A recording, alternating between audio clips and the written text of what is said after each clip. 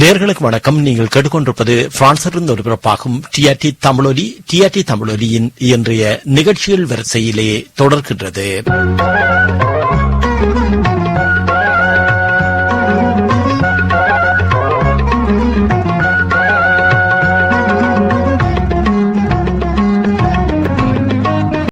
இன்றைய அரசியல் சமூக மேடையிலே தமிழகத்திலிருந்து பாண்டியன் அவர்கள் இணைந்திருக்கின்றார். அவரை வரவேற்று இணைத்துக் கொள்ளுகின்றோம். வணக்கம் பாண்டியன் அவர்களே. வணக்கம். அதாவது கேள்விப்பட்டீர்களா? அதாவது இப்பொழுது புலம்பெயர்ந்த மண்ணிலே இந்த தொடர்ச்சியாக குழப்பங்களை விளைவித்துக் கொண்டிருப்பவர்கள் ஒரு போதியினர் தலைவர் இருக்கிறார், ஒரு போதியினர் தலைவர் இல்லை என்று சொல்லி கொண்ட சூழல்ல, ஆனால் மக்களுடைய மனதிலே அவருடைய எதிரிகளாக இருந்தால் கூட சிங்கள அரசியல் தலைவர்கள் கூட தேசிய தலைவரை பாராட்டி இருக்கிறார்கள். அப்படி என்றால் அவர்கள் வெளியில் எதிர்ப்பை காட்டினாலும் அவர்களுடைய உள்ளங்களிலே தேசிய தலைவர் பிரபாகரன் அவர்கள் நிச்சயமாக இருக்கிறார். அனைவருடைய மனங்களிலும் அவரை விமர்சிப்பவர்களுடைய மனங்களிலும் அவர் வாழ்ந்து கொண்டுதான் இருக்கிறார். இந்த சூழல்ல ஒரு குழுவினர் இவ்வளவு காலத்துக்கு பிறகு என்னடா அவர்களுக்கு இவ்வளவு காலம் தெரியல தேசிய தலைவர் இருக்கிறாரா இல்லையாண்டு இப்பொழுது தேசிய தலைவருடைய ஞாபகார்த்த நிகழ்வுகளை ஒழுங்குபடுத்திக் கொண்டிருக்கிறார்கள். இதை பற்றி கேள்விப்பட்டீர்களா? இதை நீங்கள் எப்படி பார்க்கிறீர்கள்? இந்த வேடிக்கை வினோதங்களை எப்படி நீங்கள் பார்க்கிறீர்கள்? சமூக வலைதளங்களை பார்க்கிற பொழுது அவருக்கு ஒரு நினைவு அஞ்சலி செலுத்தி அதை ஒரு நாளாக, அதாவது அவருடைய மறைவை அறிவித்து அந்த நாளை மாவீரர் நாளாக கொண்டாட வேண்டும் என்று ஒரு குழு அறிவித்திருக்கிறது. அதற்கான முயற்சியும் செய்கிறது. இல்லை, அவர்கள் அப்படி அறிவித்து விட்டு தங்களுடைய பணத்தை போட்டு மக்களிடம் அதுக்காக மக்களை கறவமாட மாற்றாமல் அல்லது தொழிற்ஸ்தாபனங்களிடம் சென்று அவர்களை கறவமாட மாற்றாமல் தங்களுடைய பணத்தை போட்டு செய்வார்கள் என்றால் செய்துட்டு போகட்டும். பொது வேலை திட்டம் என்று வருகிற பொழுது நீங்கள் யாரிடம் ஆதாரம் இருக்கிறது, அவருக்கு என்ன நடந்தது என்பது தொடர்பாக, அவருக்கு என்ன நடந்தது என்பது தொடர்பாக யாரிடமாவது ஆதாரம் இருக்கிறதா? இல்ல, அதுதான் இப்போ அவர் ஆதாரம் இல்லையென்றா அதுக்குள்ளேயே நீங்க தலையிட போகணும். அவர் இருந்தாலும் சரி இல்லாட்டிலும் சரி அவர் எல்லாருடைய மனங்களிலும் வாழ்றார், அப்படியே விட வேண்டியதானே. என்னத்துக்கு நீங்க அதுக்குள்ள ஒரு பகுதியினர் இருக்கிறார்ன்றது ஒரு பகுதியினர் இல்லை என்று சொல்லி சொன்னா, அவர் என்னத்தை விரும்பினாரோ அவருடைய கனவு என்னவோ அதை நனவாக்குறதுக்கான வேலை திட்டம் என்பது வேறு. ஈழத்தமிழர் பிரச்சனை 2009 முள்ளிவாய்க்கால் முடிவு உற்ற பிறகு அதன் தொடர்ச்சி இன்று வரை ஒரு நகர்வை 1% நகர்வை கூட அது நகர்த்த முடியவில்லை. ஏறக்குறைய 2009, 10, 15, 16 ஆண்டு காலம் ஓடிவிட்டது. இப்படி 16 ஆண்டு காலம் ஓடிவிட்ட பிறகும் இதற்கு முழுமையாக ஒரு அமைப்போ இல்லது தலைவரோடு கடைசி வரை இருந்ததாக பல பேர் பல பதிவுகளை சொல்லுகிறார்கள். அப்ப எப்படி அவர்கள் தப்பி வந்தார்கள்? தலைவரை விட்டுட்டு ஓடி வந்தவர்களை நீங்கள் நம்புகிறீர்களா? அதுதான் இப்ப அது அப்படி ஒரு கேள்வி மக்களிடம் மனங்களில் எழுகிறது. அப்படி எழுகிற பொழுது தலைவருக்கு என்ன நடந்தது, அவர் எங்கு எப்படி பயணம் செய்தார், பயணத்தின் முடிவில் தப்பி விட்டாரா, இல்ல தப்ப முடியாமல் நடுவழியில் தடுக்கப்பட்டாரா, இப்படி எந்த கேள்விகளுக்கும் தலைவரோடு நான் தொடர்ச்சியாக இருந்தேன், நான் தான் அவரை கடைசி வரை காப்பாற்றினேன், பார்த்தேன், இருந்தேன் சொல்லுகிற பல பேரும் எந்த தகவலையும் உறுதியாக கூற முடியவில்லை. இதுவே ஒரு பெரிய பலவீனமான ஒரு இனத்தினுடைய அடையாளமாகத்தான் பார்க்கப்படுகிறது. கடைசி வரை முள்ளிவாய்க்கால் இருந்தே நான் வந்தேன், நான் முதல் சுற்று, 2ஆம் சுற்று, 3ஆம் சுற்று, இப்படி பல சுற்றுகளில் இருந்தேன் என்று பல விஷயங்களை சொல்லுகிற யாரும் உறுதியாக எந்த கருத்தையும் பதிவு செய்ய முடியவில்லை. அதற்கான ஆதாரங்களை பொது சமூகத்தில் நிரூபிக்க முடியவில்லை. இப்படி சொல்லுகிற நபர்கள் 15 ஆண்டு காலம் கழித்து நாங்கள் அவரை மாவீரராக அறிவித்து அந்த நாளை பொது சமூகத்துக்கு அறிவிக்க போகிறோம் என்று சொல்லுகிற பொழுது நமக்கு அது சந்தேகம் ஏற்படுகிறது. காரணம், இல்ல சரி சரி, இதுக்கு விடயத்துக்கு வருவோம். சரி, நீங்க அறிவியுங்கள், அதை ஞாபகப்படுத்துங்கள், பிரச்சனை இல்லை. தேசிய தலைவற்ற கனவையும் மாவீரர்களுடைய கனவையும் நனவாக்குறதுக்கான செயல் திட்டம் உங்களிடம் யாரிடமாவது இருக்கிறதா? அந்த செயல் திட்டத்தையும் செய்து கொண்டு அவர்களுடைய கனவை நனவாக்குறதுக்கான செயல் திட்டத்தையும் ஒன்றுபட்டு செய்து கொண்டு இதையும் செய்யுங்கள், பிரச்சனை இல்லை. மக்களுடைய ஆதரவு பெருகும். ஆனால் என்னுடைய கணிப்புப்படி இதை வைத்து என்ன நடக்குது என்று சொன்னா மக்களை குழப்பி இதை விட்டு மக்களை தூர விலகி செல்ற வேலை திட்டம் தான் நடக்குது. இப்படி குழப்பங்கள் நடந்து கொண்டிருந்தா மக்கள் ஒரு அளவுக்குத்தான் பொறுமையாக பார்ப்பார்கள். அதன் பின்னர் அவர்கள் தாங்கள் வேலை இது இவர்களுக்கு தேவையில்லாத வேலை என்று சொல்லி அந்த மாவீரர்களுடைய தேசிய தலைவற்ற கனவு தொடர்பாக கூட சிந்திக்காத சூழலுக்கு மக்களை கொண்டு போய் விடுகின்ற நடவடிக்கையாக இது மாறாதா? இல்ல, இந்த அவருடைய இறுதி நாட்கள், அவருடைய மரணம் அல்லது தப்பினாரா, எந்த விதமான ஆதாரங்களும் இல்லாமல் அவரை அறிவிப்பது என்பது நமக்கு அது ஒரு நெருடலான விஷயம்தான். இருந்தாலும் முன்னாள் போராளிகள் அமைப்பு அவருக்கு நினைவு நாளை, ஆனால் வரலாற்றில அவரை போற்றப்பட வேண்டும், அவரை நினைவு கூறப்பட வேண்டும் என்பதுதான் நம்முடைய கவலை எல்லாம். இப்பொழுது இந்தியாவிலே சுபாஷ் சந்திர போஸ் அவர்கள் இந்திய விடுதலைக்காக கடுமையாக போராடியவர்கள், வெளிநாடுகளிலே ஒரு இராணுவத்தையே கட்டமைத்தவர். ஆனால் அவருடைய வரலாறும் மறைக்கப்பட்டு மழுங்கடிக்கப்பட்டு முழுதாக அவரை பற்றி எந்த சிந்தனைகளும் இந்த சமூகத்துக்கு வராமல் பார்த்து கொண்டவர்கள் இந்தியாவை சேர்ந்த RSS பார்ப்பனர்கள் தான். காரணம், அதற்கான ஆதாரங்கள் என்னவென்றால், இந்தியாவுக்குள் படை நடத்தி கொண்டு வருகிற பொழுது RSS ஒரு பெரிய படையை திரட்டி நேதாஜி படையோடு பர்மா இந்தியா எல்லை பகுதியிலே ஒரு பெரிய யுத்தமே நடந்திருக்கிறது. இந்த வரலாற்று பதிவு இன்று அனைவராலும் பேசப்படுகிறது. ஆனால் அதன் காரணமாக இந்திய RSS அமைப்பே இந்தியாவுக்குள் நேதாஜியுடைய கட்டுப்பாட்டில் இந்தியா வந்துவிட்டால் சனாதனங்களையும் மூட நம்பிக்கைகளையும் ஒழித்து விடுவார் என்று அஞ்சியதனுடைய விளைவுதான் அவர்கள் நேதாஜியினுடைய மரணத்தை உறுதி செய்து, நேதாஜியை ரஷ்ய சைபீரியா சிறைகளிலே நேரடியாக நான் பார்த்து விட்டேன் என்று தன்னுடைய மனைவியிடம் அன்றைய பிரதமராக இருந்த லால் பகதூர் சாஸ்திரி சொன்ன பிறகு அடுத்த நாள் இவர் பிரதமர் அறிவிப்பில நேதாஜியோடு நான் இந்தியா வருகிறேன் என்று சொன்னால், காங்கிரஸ் கட்சியிலிருந்து இந்தியா 100 கோடி பேரும் நேதாஜியினுடைய தலைமை ஏற்றுக்கொள்வார்கள் என்று அஞ்சிய காரணத்தினாலே லால் பகதூர் சாஸ்திரி ரஷ்யாவிலே கொல்லப்பட்டார். அவருடைய மனைவி பதிவு செய்கிறார், என்னுடைய கணவர் இரவிலே நான் நேதாஜியை சந்தித்தேன், ஒரு உலக அதிசயத்தை சந்தித்தேன் என்று சொல்கிறார். அடுத்த இரவே 12 மணிக்கே அவருடைய மருத்துவர்கள் குழுவே அவரை கொலை செய்து உடல் நீளம் பாய்ந்து விட்டது, கடுமையான விஷத்தை கொடுத்திருக்கிறார்கள் என்று சொல்லுகிறார். இப்படியெல்லாம் பல வரலாற்று உண்மைகள் தேடி பிடிக்க வேண்டியிருக்கிறது. அதே போன்றுதான் தேசிய தலைவருடைய மரணம் எப்படி நடந்தது, அது கடைசி கட்டம் யார், ஏதாவது ஒருவர் கூட ஒரு வரலாற்று பதிவை செய்வதற்கு ஒருவர் இல்லை என்று சொன்னால் இதுல யாரு தியாகிகள் யாரு துரோகிகள்? இப்ப இந்த குழு நாங்கள் தியாகிகள் தினத்தை அறிவிக்க போகிறோம் என்று சொன்னால் இவர்களுடைய பின்னணியை நாம் ஆராய வேண்டி இருக்கிறோம்.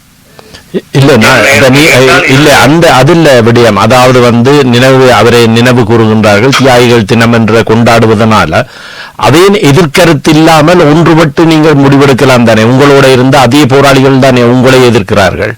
இதுக்குள்ள என்ன நடக்கிறது? இப்ப சாதாரண பொதுமக்களுக்கு இது விளங்குமா? அவர்கள் என்ன ஒரு பகுதியினர் இப்படி சொல்லுகிற ஒரு பகுதியினர் என்று சொல்லி மக்கள் குழம்பி எல்லாம் போவார்கள். யார் எதை சொன்னாலும் அதற்கு ஒரு தியாகிகள் தினம் என்று ஒரு தினத்தை அறிவிக்க வேண்டியது ஒரு வரலாற்று கடமை. அது ஏற்கனவே மாவீரர் தினம் இருக்குதானே, அப்ப மாவீரர் தினத்துல தேசிய தலைவருடைய தினமும் அதையும் சேர்த்து கொண்டாட வேண்டியது ஒரு வரலாற்று கடமையாக. சரி, அதை சேர்த்து கொண்டாடுவது மக்கள் மத்தியிலே எந்த விதமான முரண்பாடுகளையும் குழப்பங்களையும் ஏற்படுத்தாது. அப்ப உங்களுக்குள்ளேயே அதை நீங்க கொண்டாடுற உங்களுக்குள்ளேயே இவ்வாறான கருத்து முரண்பாடுகள், இரண்டு விதமான கருத்துகள் இருக்குமாக இருந்தால் அதனால் நீங்கள் அறிவித்தும் ஒரு பிரயோசனம் இல்லையே. ஒன்றுபட்டு ஒரே கருத்தாக அனைவரும் ஒன்றுபட்டு அறிவித்தால் அது எல்லாருமே வரவேற்பார்கள், எல்லாரும் அதை கலந்து கொள்வார்கள், அது காலங்காலமாக நினைவு கூறப்படும். இவ்வாறு அறிவிக்காமல் இருப்பார்களான நீங்கள் சொன்ன இந்திய பிரச்சனையிலே சுபாஷ் சந்திர போஸின் பிரச்சனையிலே ஒரு பகுதியினர் இருக்கிறார், ஒரு பகுதியினர் இல்லை என்று சொன்னதால்தான் கூடுதலாக மக்கள் அதிலிருந்து தூர விலகி போய் அவருடைய வரலாறை மலங்கடிக்கிற சூழல் ஏற்பட்டது. ஒன்றுபட்ட எல்லோருமே ஒரே முடிவுக்கு வந்திருந்தார்கள் என்றால் இன்றும் சுபாஷ் சந்திர போஸ் எல்லாராலுமே நேசிக்கப்படுகிற ஒரு தலைவராக இருப்பவர் ஞாபகப்படுத்தப்பட்டுக் கொண்டே இருந்திருப்பார். சுபாஷ் சந்திர போஸ் இருக்கிறார், வருகிறார் என்று சொல்லுகிற கும்பல் எதிர்முகாமில் உள்ள அரசுக்கு ஆதரவான கும்பல், குழப்புகிற கும்பல். அது எந்த காலத்திலும் குழப்பிக் கொண்டுதான் இருக்கும். ஆகையால் சுபாஷ் சந்திர போஸனுடைய வரலாற்றை, அவருடைய நினைவு நாளை சொல்லக்கூடிய எந்த குழுவும் இந்தியாவில் இதுவரை உருவாகவே இல்லை. இது பெரிய வரலாற்று சோகம். ஆனால் இன்று ஒரு குழு, அது முன்னாள் போராளிகள் குழு, அந்த குழுவுக்கு மறுக்கக்கூடியவர் சொல்லுகிற கருத்தை நாம் ஆராய்ந்து பார்க்க வேண்டும். என்ன காரணத்துக்காக அவர்கள் மறுக்கிறார்கள்? ஒருவேளை இலங்கை அரசு பின்னணியிலிருந்து இயக்குகிறதா, இந்திய அரசு பின்னணியிலிருந்து இயக்குகிறதா, இல்லது இவர்களாக இயங்குகிறார்களா? பொது சிந்தனைக்கு வராமல் எது தடுக்கிறது என்று ஆராய வேண்டியது நம்முடைய கடமை. அப்படி ஆராய்ந்து அவர்களை அம்பலப்படுத்த வேண்டியது வரலாற்று கடமை. ஆனால் எது எப்படியோ அவருடைய நினைவு தினம் கொண்டாடப்பட வேண்டியது வரலாற்று கட்டாயம். அப்படி நீட்டித்துக் கொண்டே போகிறார் என்று சொன்னால் இதற்கு பின்னாலே ஒரு மிகப்பெரிய சதி இருக்கிறது என்றுதான் நாம் நினைத்து கொள்ள வேண்டும். நேதாஜியுடைய மரணத்துக்கு பின்னாலே பல சதிகள் இருக்கிறது. அதே போன்று இதுவும் வந்துவிடக் கூடாது. ஆகையால் இதை அறிவிக்கக்கூடிய குழு அவர்கள் உண்மையாகவே போராளிகளா, தியாகிகளா, அவர்கள் எந்த நோக்கத்துக்காக அறிவிக்கிறார்கள் என்று ஆராய்ந்து பார்த்து எதிர்ப்பு தெரிவிக்கிறவர்கள் அவர்களுக்கு இணக்கமாக, எதிர்ப்பு தெரிவிக்கிறவர்கள் அந்த நினைவு நாளை அறிவிக்காமல் தடுப்பதற்கு என்ன காரணம் என்றும் ஆராய வேண்டியிருக்கு. தமிழனை பொறுத்தவரை உளவியல் ரீதியாகவே தமிழர்களுக்கு ஒரு தலைமைக்கு கட்டுப்படவும் தெரியாது, ஒரு தலைவனாக இருக்கவும் தெரியாது. இது ஒரு பெரிய வரலாற்று கட்டாயம். பல நாடுகளிலே தமிழ் இரண்டாம் தர குடிமகனாக, மூன்றாம் தர குடிமகனாக மாறியதற்கு காரணம் இவர்கள் ஒற்றுமை இல்லை. நீங்க மலேசியா, பர்மா, சிங்கப்பூர் போன்ற நாடுகளில தமிழர்களுக்கு உரிமை கொடுக்க முயற்சிக்கிற பொழுது சீனர்கள் முதலாளாக அங்கு இருந்திருக்கிறார்கள், மலையர்கள் அங்கு முதலாளாக இருந்திருக்கிறார்கள். ஆனால் தமிழர்கள் 3 கோஷ்டிகளும் போராடி கொண்டு சண்டை பிடித்துக் கொண்டு 3 பேரும் போகாமல் விட்டதனுடைய விளைவுதான் மலேசியா, பர்மா போன்ற நாடுகளிலே தமிழ் மொழிக்கான அங்கீகாரம் இல்லாமல் போனது. ஆக இவனுக்கு தலைமை தாங்கவும் தெரியாது, தலைமைக்கு கட்டுப்படவும் தெரியாது. இதுதான் பெரிய வரலாற்று. சேர சோழ பாண்டியர்களுக்கு பிறகு அவர்களே அடித்துக் கொண்டதாகத்தான் வரலாறு இருக்கு. அந்த வரலாறுகளை பார்க்கிற பொழுது நாம் இப்பொழுது தேசிய தலைவருக்கு ஒரு நினைவு நாளை கண்டிப்பாக அறிவிக்க வேண்டியது வரலாற்று கட்டாயம். அப்படி அறிவிக்கிறவர்களுக்கு நாம் ஆதரவு கொடுக்க வேண்டியது வரலாற்று கட்டாயம். ஆனால் அவருடைய பின்னணியை ஆராய வேண்டியதும் அதே போன்று வரலாற்று கட்டாயம். அவருடைய கனவை நனவாக்குவதற்கான திட்டங்களோடு யாராவிடம் செயல் திட்டம் இருக்கிறதா? அப்படி யாரிடம் இருப்பதாக தெரியவில்லை. இருந்தால் 2009 அது வந்திருக்கும். ஹமாஸ் இயக்கம், ஆப்கானிஸ்தான் இருக்கக்கூடிய தலிபான்கள்லாம் தொடர்ந்து அந்த முயற்சியில் இருந்தார்கள், தொடர்ந்து போராடி கொண்டிருந்தார்கள். ஏறக்குறைய 50 ஆண்டு காலம், 75 ஆண்டு காலம் ஹமாஸ் இயக்கம் பல தலைவர்களை கடந்து போராடி கொண்டே இருக்கிறது. நமக்கு தெரிந்த தலைவர் யாசர் அராஃபத், அதற்கு பிறகு ஈழ போராளிகள் சொன்ன பல தலைவர்கள், ஜோர்ஜ் கபாஷ், இப்படி பல பேரை சொல்லி இருக்கிறார்கள். ஏன்னா ஈழத்தமிழர் தான் PLO பயிற்சிக்காக போய் வந்தவர்கள். ஆகையால் பல டக்ளஸ் தேவானந்தா அவர்களும் போய் வந்தவர்கள். நான் டக்ளஸ் போயிட்டு வந்தார், உமா மகேஸ்வரன் போயிட்டு வந்தார், பரந்தன் ராஜன் போயிட்டு வந்தார், மாணிக்கதாசன் போயிட்டு வந்தார். இப்படி LTT இயக்கங்களை தவிர மற்ற எல்லா இயக்கங்களும் போய் வந்ததாக நான் கேள்விப்பட்டிருக்கிறேன். அப்படி வந்தவர்களையும் நான் சந்தித்து இருக்கிறேன். இப்படி ஏன்னா இது போன்று பல போராட்டங்களை பிலிப்பீன்ஸ் கொரில்லாக்களுடன் தொடர்புல இருந்ததெல்லாம் கூட நான் கேள்விப்பட்டிருக்கிறேன். உலகத்தில் போராடுகிற இனங்கள் அத்தனை கொரில்லா இயக்கங்களோடும் தொடர்புல இருந்தவர்கள் எல்லாம் ஈழத்தமிழர்கள் தான். இந்த ஹமாஸுக்காக ஏறக்குறைய 80களிலே போராடியவர்கள் ஈழத்தமிழர்கள் என்கிற வரலாற்று உண்மை எந்த வரலாற்று ஆசிரியரும் பதிவு செய்யவில்லை. எந்த வரலாற்று ஹமாஸுக்கு பலஸ்தீன விடுதலை இயக்கத்துக்கு பிஎல்ஓ இப்ப ஈழத்தமிழன் தான். அதாவது இப்ப அரபாத்தில் தொடர்ந்து ஏதோ ஒரு வகையில போராட்டம் நடக்குது. தலைவர் பின்லாடன் இல்ல போராட்டம் நடக்குது, சதாம் ஹுசைன் இல்ல போராட்டம் நடக்குது, சிரியா அதிபர் மேல பசீர் அவர்கள் இல்ல ஆனா போராட்டம் நடக்குது. ஏன் எங்களுக்கு மட்டும் அங்கோலாவில் எடுத்துக்கொண்டா தலைவர்கள் போராட்டம் நடக்குது, ஆப்பிரிக்க நாடுகள்ல பல போராட்டங்கள் தலைவர்கள் இல்லாமல் போனாலும் போராட்டம் நடக்குது. எங்களுடைய போராட்டத்தில் மட்டும் தேசிய தலைவர் இல்லையென்ற உடனே போராட்டமே முடிவுக்கு வந்துட்டுதே, அதுக்கு என்ன காரணம்? அதுக்கு அரசியல் மயப்படுத்தவில்லையோ என்கின்ற சந்தேகம் எனக்கு இருக்கிறது. அரசியல் மயப்படுத்தி இருந்தால் அந்த போராட்டம் தொடர்ந்து இருக்கும்.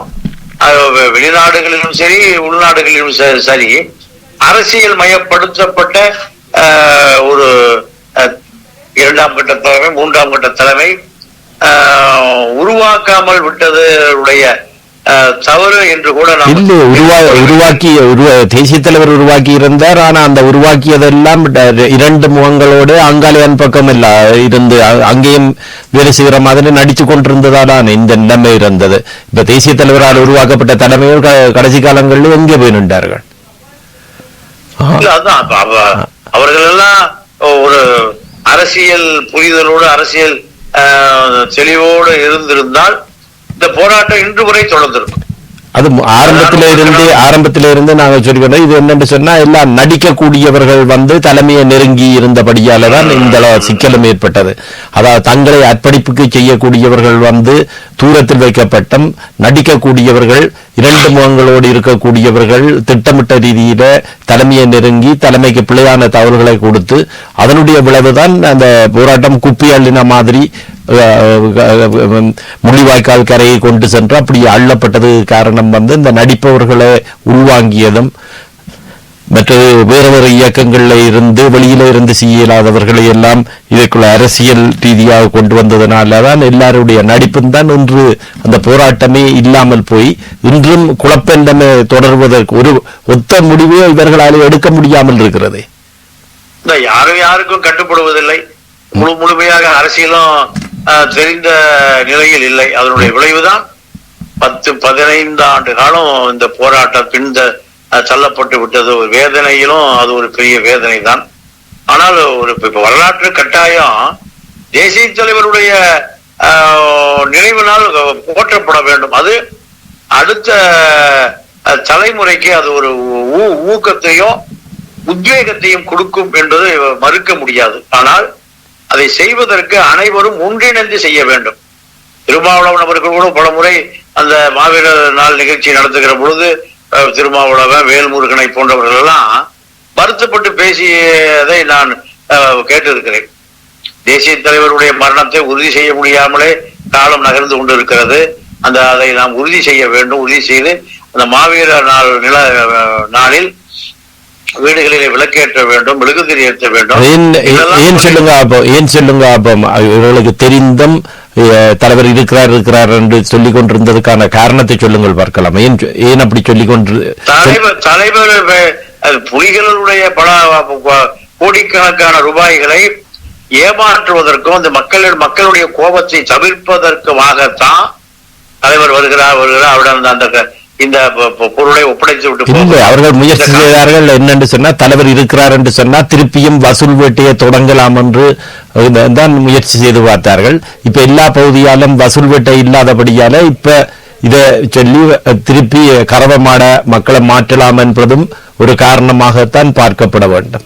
இல்ல இனி தலைவர் இருக்கிறார் என்றால் யாரும் பணம் தர மாட்டார்கள். அது வெற்று கொத்து. ஆனால் பணத்தை வைத்திருப்பவர்கள் தலைவர் வந்தால் நாங்கள் அந்த இயக்கத்துக்காக கொடுத்து விடுகிறோம் என்று ஒரு புரளியை கிளப்பி விடுகிறார்களே தவிர தலைவர் இருக்கிறார், போராட்டத்திற்கு பணம் என்று கொண்டால் இந்த மக்கள் பணம் தர மாட்டார்கள், விரட்டி அடிப்பார்கள். மக்கள் தெளிவான மக்கள், அது ஈழத்தமிழர்களாகட்டும் இந்திய தமிழர்களாகட்டும் ஏமாற்றாத என்ற நிலைக்கு வந்து விட்டார்கள். ஆகையால் இனி அவர்களால் ஏமாற்ற முடியாது. அதனால் தலைவர் பெயரை சொல்லி வசூல் செய்ய முடியாது. இருக்கக்கூடிய பல ஆயிரக்கணக்கான கோடி ரூபாய் கனடாவில ஆசியன் கார்மெண்ட்ஸ் என்று ஒரு மிகப்பெரிய வணிக வளாகம், பல ஆயிரம் கோடி ரூபாய், அதனுடைய உரிமையாளர் ஒரு 10 செக்யூரிட்டி ஆட்களோடு தான் வந்து போகிறார், விலை உயர்ந்த கார்களில் வருகிறார் என்றெல்லாம் சொல்லுகிறார்கள். அப்போ இதெல்லாம் ஏமாற்றுவதற்காக தேசிய தலைவர் வந்து போகிறார், வருவார் இடமாறனை வைத்து, காசி ஆனந்தனை வைத்து, இப்படி பல இரண்டு முகம் உள்ளவர்களை வைத்து பயன்படுத்தி கொண்டிருக்கிறார்களே தவிர இது தவறான நபர்கள் தான் இதை வழிநடத்துகிறார்கள். ஆனால் நான் மீண்டும் சொல்லுகிறேன், தலைவருடைய நினைவு நாளை கொண்டாட வேண்டும், கொண்டாடுவதற்கான நாளை அறிவிக்க வேண்டும். இது முன்னாள் போராளிகள் இயக்கம், முன்னாள் போராளிகள், களத்தில் இருந்தவர்கள், விழுப்புண் பெற்றவர்கள், இப்படியான களத்திலே 10 ஆண்டு காலம், 5 ஆண்டு காலம், 20 ஆண்டு காலம் களத்திலே நின்று உயிரை துச்சமென மதித்தவர்கள், இந்த விடுதலைக்காக தங்களுடைய குடும்பத்தை சார்ந்தவர்கள் எல்லாம் இழந்து, பல பேர் அண்ணன் தம்பிகளாம் இழந்தவர்களுக்கு தான் இந்த உரிமை இருக்கிறது. ஏதோ வந்து போகிற தெருவுக்குள்ள நிற்கிற ஆட்களோ, அதாவது இலங்கை அரசாங்கத்துடைய ஏஜென்ட்டுகளுக்கு எல்லாம் இந்த தகுதி வந்து விடாது. ஆகையால் நாம் அந்த குழுவை ஆராய்ந்து அவர்களுக்கான அந்த உரிமையை நாம் ஆதரிக்க வேண்டியது வரலாற்று கட்டாயம். ஏனப்பா இவ்வளவு காலம் எடுத்துக்கொண்டார்கள்? அதுதான் தமிழனுடைய தலை விதி. ஒரு விஷயத்தை செய்து முடிப்பதற்கு 15 ஆண்டு காலம் தேவைப்பட்டிருக்கிறது. அது இன்னும் ஒரு முடிவுக்கு வந்ததை போல இல்லை. தமிழக ஒரு தேசிய தலைவன் உலகமே போற்றி ஒரு பெரிய வரலாற்றை நிகழ்த்தியவனுக்கு 15 ஆண்டு காலம் சிந்திப்பதற்கே ஒரு ஆள் இல்லை என்பது ஒரு வரலாற்று சுணக்கம். வரலாறே தயங்கி நிற்கிறது என்றுதான் நாம் எடுத்துக்கொள்ள வேண்டும். உங்களை பொறுத்தவரையில் இந்த போராட்டத்தினுடைய எதிர்காலம் எப்படியாக மாறும் என்று நீங்க பார்க்கிறீர்கள்? இப்பொழுது அங்க ஈழத்திலே வாழக்கூடிய மக்களோடு ஒப்பிட்டு இங்க வெளிநாட்டில் உள்ளவர்களையும் ஒப்பிட்டு ஈழப் போராட்டம் என்பது எதிர்காலத்தில் எந்த திசை நோக்கி போகும் என்று நீங்க பார்க்கிறீர்கள்? சர்வதேச நாடுகளுக்கு அழுத்தம் கொடுக்கக்கூடிய எந்த சக்தியும் இப்ப வெளிநாடுகளில் செயல்பட்டதாக தெரியவில்லை. ஜனநாயக கட்சிகளாக இருந்த சம்பந்த, மாவை, சேனாதிராஜா எல்லாம் இறந்து போய்விட்டார்கள். பாதிப்பை இறக்கும் நிலையில் இருக்கிறார்கள். அடுத்து இருக்கக்கூடிய 24 நாடாளுமன்ற உறுப்பினர்கள் இருந்த நிலையில் முதல் கட்ட அமதுலிங்கருடைய மறைவு, அடுத்து மாவை, சம்பந்தனுடைய மறைவு, அடுத்த கட்டம் இருக்கக்கூடியவர்களும் சிவாஜி லிங்கத்தை போன்றவர்கள்லாம் வயதாகிவிட்டது. அடுத்த தலைமுறை ஜேவிபியில் இணைந்து தங்களை நாடாளுமன்ற உறுப்பினர்களாக தமிழர் பகுதியில் நின்று வெற்றி பெறுவதற்கான முயற்சியில தான் இருக்கிறார். தமிழீழ போராட்டமோ அல்லது இந்திய அரசு கடைசியில உயிரோடு வைத்திருக்கிற ஒரு சட்டப்பிரிவு 13வது சட்ட திருத்தம். இதுதான் இந்தியாவே நேரடியாக போட்டது. இப்பொழுது அது இன்னும் உயிரோடு தான் இருக்கிறது. இந்தியா நினைத்தால் அதுக்கு அழுத்தம் கொடுக்க முடியும் சட்ட ரீதியாக. இப்பொழுது 13வது சட்ட திருத்தத்தை கேட்கிற போது தனிநாடு கொடுங்கள் என்று புரியாதவர்கள், முட்டாள்கள் அதை கேட்கிறார்கள். இந்தியாவால் தனிநாடு எந்த காலத்திலும் வாங்கி கொடுக்க முடியாது. ஏறக்குறைய 90, 35 ஆண்டுகளுக்கு முன்பு போட்ட குறைந்தபட்ச 13th அமெண்ட்மெண்ட், அதாவது 13வது சட்ட திருத்தம், ஏதாவது தமிழருக்கு ஒரு உரிமை கிடைக்குமா? அதற்கே வழி இல்லை. ஆனால் தனிநாடு தான் எங்களுக்கு வேண்டும், 13வது சட்ட திருத்தம் வேண்டாம் என்று சொல்லுகிறவர்களை போது நான் அனுதாபப்படுகிறேன். இந்தியாவை சார்ந்த உலகத்திலே எந்த நாடுகளும் இலங்கை பிரச்சனையை தலையிடார். ஈழத்தமிழர் 25 லட்சம் பேர் முக்கியம் அல்ல. 140 கோடி பேர் இருக்கக்கூடிய இந்திய பெருநாட்டில் வெளிநாட்டு சந்தை 50 கோடி பேர் வெளிநாட்டு சந்தையை பயன்படுத்திக் கொள்கிறார்கள். அமெரிக்காவினுடைய பொருள்கள், சீன பொருள்கள், பிரிட்டன் பொருள்கள், இப்படி எந்த நாட்டினுடைய சந்தை இந்தியாவில் 50 கோடி பேர் கொண்ட பெரும் சந்தை. இந்த சந்தைக்காகத்தான் இந்தியாவை எதிர்நோக்கி இருக்கிறார். இந்தியாவிலே கொரிய நாடு பல ஆயிரம் கோடி ரூபாயை முதலீடு செய்து பல ஆயிரம் கோடி ரூபாயை சம்பாதிக்கிறார்கள். கொரிய கார்கள் எல்லாம். இப்படி இந்தியா மிகப்பெரிய சந்தை, உற்பத்திக்கான கேந்திரம்.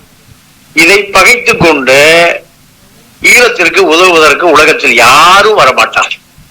இதை புரிந்து கொண்டாலே அவர்கள் உண்மையான அறிவாளி என்று நான் நினைப்பேன். இதை புரிந்து கொள்ள மறுப்பவர்கள், இந்தியாவை தாண்டி நாங்கள் தமிழீழம் பெற்றுள்ளோம் என்று சொல்லுகிறவர்களுடைய அறியாமையை எண்ணி நாம் சிரித்துத்தான் தீர வேண்டும். 2009க்கு பின்னாடி சம்பந்தம் ஆவை சேனாதிராஜா போன்றவர்களே இந்திய அரசாங்கத்துக்கு அழுத்தம் கொடுக்கவில்லை. காரணம், இலங்கை அரசாங்கத்தினுடைய அழுத்தம் காரணமாக இந்திய அரசாங்கத்துக்கு அழுத்தம் கொடுக்க மறந்து விட்டார்கள், மறுத்து விட்டார்கள். இதுதான் வரலாற்றில் நடந்தது.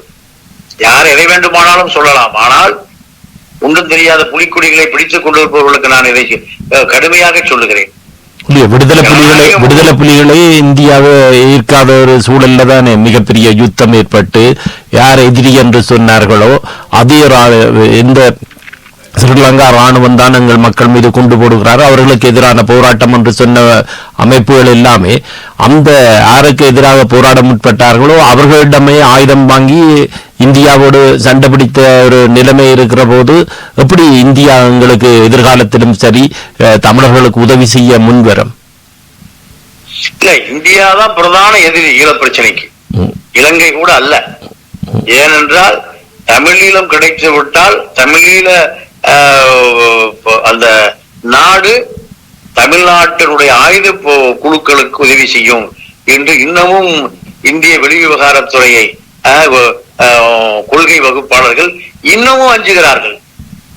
தமிழீழம் அப்படியான ஒரு சூழலை அவர்கள் உருவாக்கி வைத்திருக்கிறார்கள் தானே. இப்படி தங்களுடைய ஆதாரத்தை சொல்லக்கூடிய வகையிலே தொடர்ந்து இப்படி நடந்தா இப்படி வந்துவிடும் என்பதற்காக தங்களுடைய ஏஜென்ட்டுகளை வைத்திருக்கிறார்கள் தானே. தமிழகத்திலும் அதுக்கு ஏற்ற வகையில், அதாவது யாராவது கேள்விகள் கேட்டால் அதை நம்பத்தக்க மாதிரி நடவடிக்கைகளை செய்யக்கூடியவர்களையும் உருவாக்கித்தான் வைத்திருக்கிறார்கள்.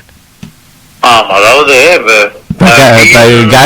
காஷ்மீரினுடைய தனி நாடு கேட்டு போராடுபவரை தமிழகத்துக்கு கூப்பிட்டு தங்களுடைய மாநாட்டில் கலந்து கொள்ள விடுகிறார்கள் என்று சொன்னால் அந்த குழு வகுப்பாளர்கள் தாங்கள் சொல்றதை நம்ப வைக்கிறதுக்கு நல்ல ஆதாரத்தை நம்மவர்களை வைத்தே கொடுக்கிறார்கள் தானே. நீங்க காஷ்மீர் பிரிவினைவாதிகளை வைத்து தமிழ்நாட்டில கூட்டம் நடத்துகிறார்கள் என்பதை விட தமிழக இளைஞர்களை புலிகள் அழைத்து கொண்டு போய் ஆயுத போராட்டம் கொடுத்தது, அதிலே பல பேர் தடா சிறைகளை அடைபட்டு கிடந்தார்கள். வரப்பாளையம் ஆறுமுகம், பழனி பால்ராஜ் இன்னும் உயிரோடு இருக்கிறார்கள். அங்கேயும் மாத்தியா அவர்களுடைய காலத்திலே இவ்வளவு தமிழக இளைஞர்கள் படுகொலை செய்யப்பட்டார்கள். அப்ப இதெல்லாம் இந்தியாவுடைய கொள்கை வகுப்பாளர்கள் அஞ்சுகிறார்கள். அவர்களை அந்த அச்சத்தை போக்கக்கூடிய தகுதி தமிழக கட்சி தலைவர்களுக்கு இருந்தது. ஆனால் அவர்கள் புலிகள் இயக்கத்திடமிருந்து தொடர்புகளை துண்டித்துக் கொண்டார்கள், வீரமணியும் கருணாநிதியும். காரணம், மத்திய பார்ப்பன அதிகாரிகள் தங்களை காப்பாற்றிக் கொள்வது ஒரு போராட்டமாக இருக்கக்கூடிய நிலையில் கருணாநிதியும் வீரமணியும் புலிகளை RSS பிஜேபி இயக்கங்களோடு கொள்கை வகுப்பாளர்களோடு சமரசம் செய்து வைப்பதிலே அவர்கள் 1% கூட முயற்சி எடுக்கவில்லை. இப்படி முயற்சி எடுத்திருந்தால், அது சமாதானப்படுத்தி இருந்தால், நீங்க இந்து ராம் போன்றவர்கள் எல்லாம் பிரபாகரனோட நெருக்கத்திலே தான் இருந்தார்கள். அது தமிழீழம் தமிழீழத்தை தவிர வேறு எது வேண்டுமானாலும் உங்களுக்கு செய்கிறோம். ஏனென்றால் நீங்க கிழக்கு பாகிஸ்தான் உடைத்ததுக்கு காரணம் பல தமிழர்களை சொல்லலாம். ஆனால் என்ன காரணம் என்றால் 7 நாடுகள் கிழக்கு பாகிஸ்தானை ஒட்டி இருக்கிறது. 7 மாநிலங்கள், அஸ்ஸாம், திரிபுரா, நாகாலாந்து, சிக்கிம், இப்படி பல மாநிலங்கள். இந்த மாநிலங்கள் பாகிஸ்தான் அங்கு உடையாமல் இருந்திருந்தால், கிழக்கு பாகிஸ்தான் பங்களாதேஷாக இருந்திருந்தால், கிழக்கு வங்காள விரிகுடா வழியாக கிழக்கு பாகிஸ்தானில் ஆயுதங்கள் இந்த 7 மாநிலங்களும் இன்று வரை பெரிய ஆயுத போராட்டங்களை நடத்தி கொண்டிருக்கிறது. இப்ப பாகிஸ்தான், கிழக்கு பாகிஸ்தான் உடையாமல் இருந்திருந்தால் இந்த போராட்டம் மற்ற மாநிலங்களிலும் அது ஊடுருவி இருக்கும். அதனால்தான் இந்திரா காந்தி அந்த காலத்திலே கொள்கை வகுப்பாளர்கள் இதை பிரித்து தனிநாடாக ஆக்கி நம்முடைய கட்டுப்பாட்டுகள் கொண்டு வந்தால்தான் 7 மாநிலத்தையும் காப்பாற்ற முடியும் என்று முடிவு செய்துதான் கிழக்கு பாகிஸ்தானை தனியாக பிரித்து ஒரு நாடாக்கினார். இதுதான் வரலாறு. ஆனா இப்ப வரலாறு மாறுகிறது. இப்ப பங்களாதேஷ் பாகிஸ்தானோடு இணைய முற்படுகிறது. இப்ப பாகிஸ்தான்ல இருந்து பொருளாதார ரீதியான நலன்களை மேற்கொள்வதற்கு பங்களாதேஷ் அனைத்து ஒப்பந்தங்களையும் செய்கிறது. முன்னர் பாகிஸ்தானிலிருந்து வருபவர்களுக்கான விசா நடைமுறைகள் கடினமாக இருந்தது. இப்போ எல்லாவற்றையும் இலகுவாக்கி அந்த இணைகின்ற முயற்சியை மேற்கொள்கின்றார்கள். இல்ல, அது வரலாறு மாறிக்கொண்டேதான் இருக்கும், மாறும் என்பதே மாறாதது. ஆனா இந்திய கொள்கை வகுப்பாளர்களுடைய பல திட்டங்கள் முகம் வெளியே தான் நிற்கிறது. உதாரணத்திற்கு இலங்கைக்கு பல உதவிகளை செய்கிறது இந்தியா. ஆனால் இலங்கை சீனாவோடு தான் தொடர்புல இருக்கிறது. இது இந்தியாவுடைய வெளிநாட்டு கொள்கை வகுப்பாளர்கள் தோல்வி முகத்தை நீங்க நினைக்கிறீர்களா? கொள்கை வகுப்பாளர்களுக்கு இது தெரியாதுன்னு நினைக்கிறீர்களா நீங்க? இல்ல, கொள்கை வகுப்பாளர்களுக்கு இந்திய கொள்கை வகுப்பாளர்கள் RSS முகத்தோடு முட்டாள்தனமான சிந்தனையை மட்டுமே கொண்டிருக்கிறார்கள். உதாரணத்திற்கு நேபாளம், ஒரே இந்து நாடு உலகத்திலே நேபாளம் தான். நேபாள், இந்த நேபாளத்தில எப்படியாவது இந்தியாவோடு இணைந்திருக்க வேண்டும் என்று பல கட்ட வேலைகளை செய்தார்கள். ஆனால் இவர்களுடைய முட்டாள்தனமான அந்த சிந்தனையை மீறி அங்கு மத ரீதியான நம்பிக்கை உள்ள நேபாளத்தில கம்யூனிசம் வளர்ந்து கொண்டே இருந்தது. ஒரு காலகட்டத்தில் கம்யூனிசத்தை நேபாள அரசும் ஒடுக்க முடியவில்லை, இந்தியாவுடைய இந்துத்துவ அரசும் ஒடுக்க முடியவில்லை. ஒரு காலகட்டத்தில் அது ஆயுதத்திற்கான போராட்டமாக மாறி சீனாவோடு சேர்ந்து கொண்டது. அதாவது லஞ்சம் வாங்கக்கூடியவர்களாக இருக்கக்கூடியவர்கள், தங்களை அர்ப்பணிக்கக்கூடியவர்களை விட லஞ்சம் கொடுத்து பதவிக்கு வரக்கூடியவர்கள் கொள்கை வகுப்பாளர்களாக இருந்தால் இதெல்லாம் நடக்கும் என்று பார்க்க வேண்டிய விடயம் தானே?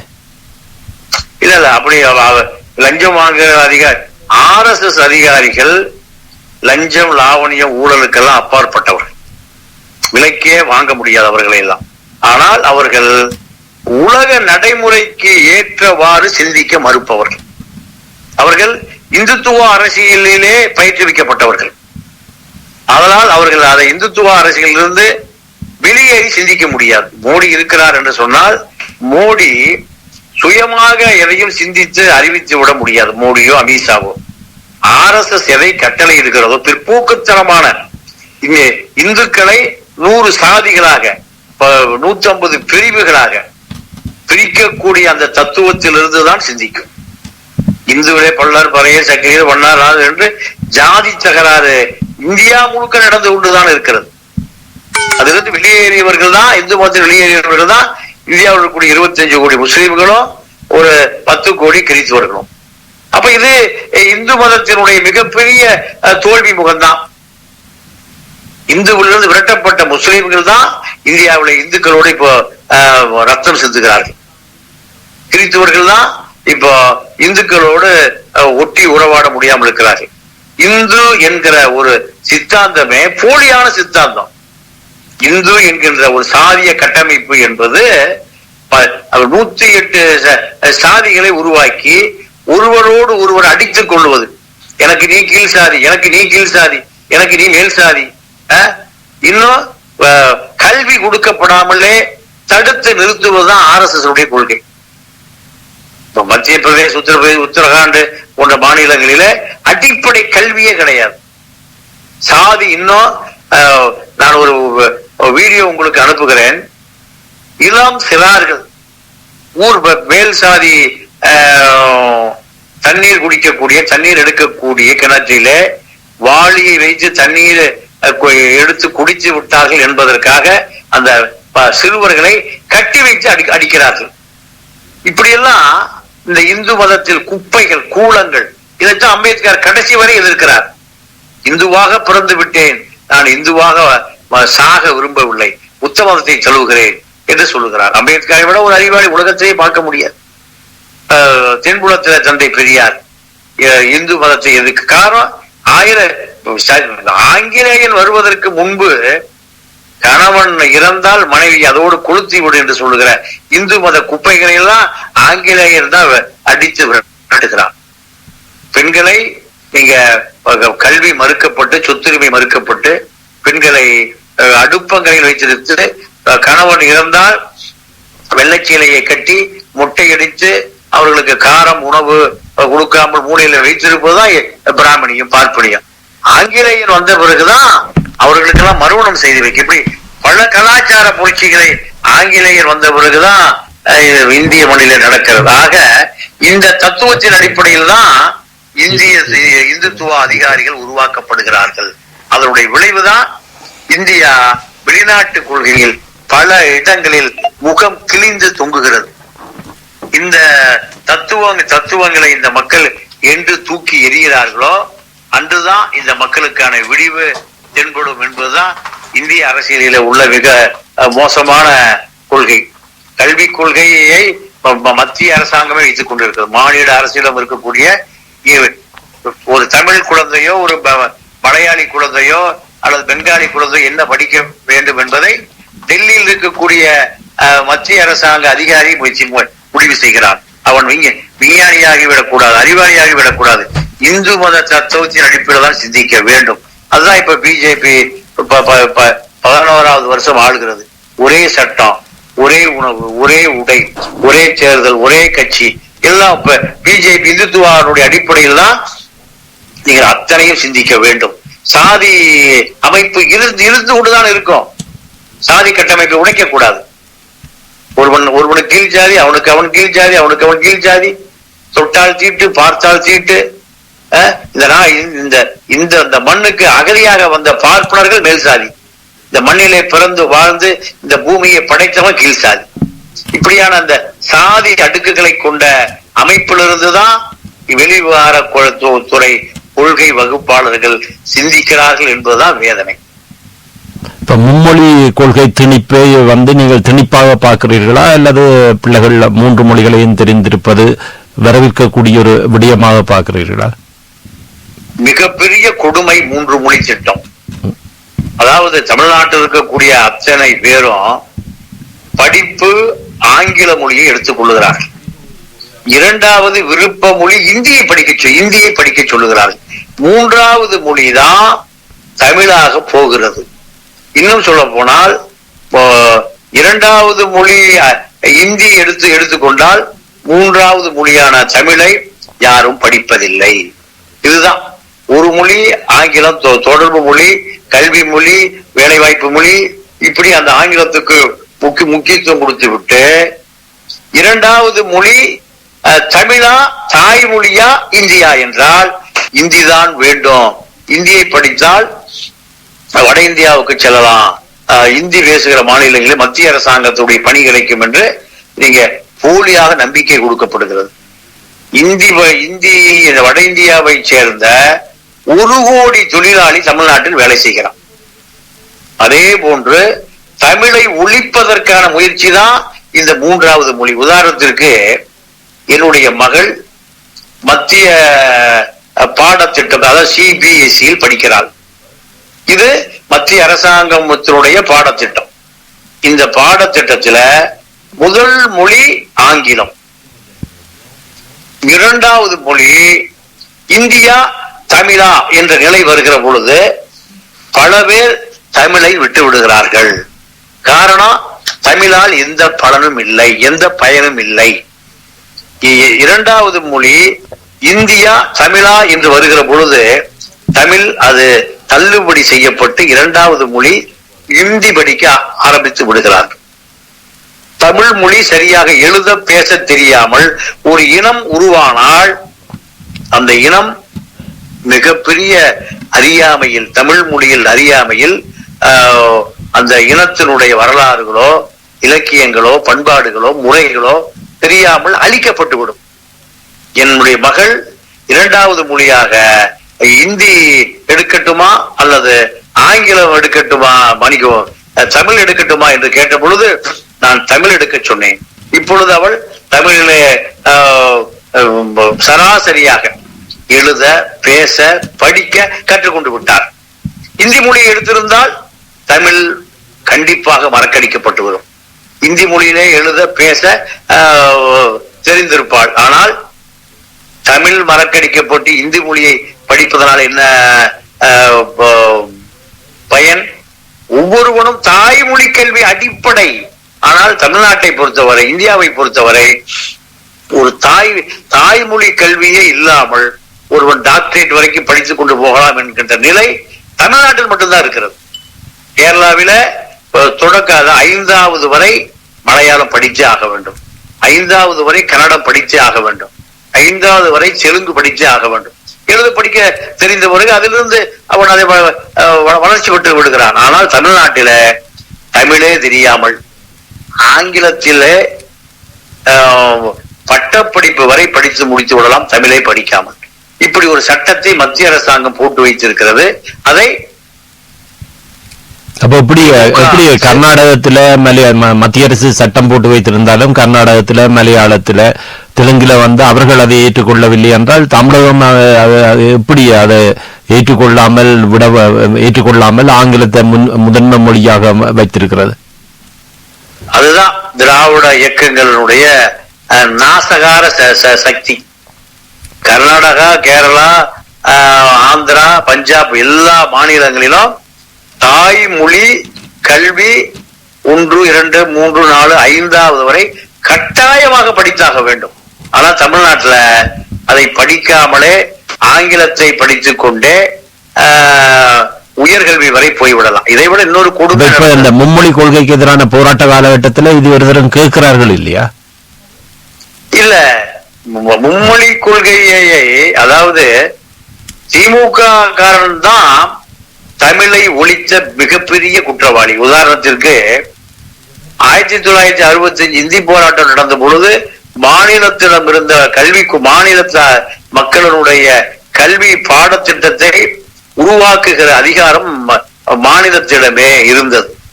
அதை 65 ஆட்சி காலத்தில மத்திய அரசாங்கம் எடுத்துக்கொண்டு போய்விட்டது. இன்று வரை அதை கேட்டு பெறவே இல்லை. திமுக 67 ஆட்சிக்கு வந்து இன்றைக்கு 60 ஆண்டு காலம் திமுக அதிமுக மாறி மாறி ஆட்சி செய்திருக்கிற எந்த காங்கிரஸோ பிஜேபி யாரும் ஆட்சிக்கு வரவே இல்லை. ஒரு முறை 40 நாடாளுமன்ற உறுப்பினர்கள், 6 முறை 240 நாடாளுமன்ற உறுப்பினர்கள் டெல்லிக்கு சென்று இருக்கிறார்கள். ஒருவர் கூட ஒரு கேள்வியை எழுப்பி விடவில்லை. இதை விட இன்னொரு நீங்க அதிர்ச்சியான செய்தியை சொல்லுகிறேன். அதிமுக ஆட்சிக்கு வந்த பொழுது ஓபிஎஸ் முதல்வராக இருந்த காலத்துல ஜெயலலிதா மறைவு.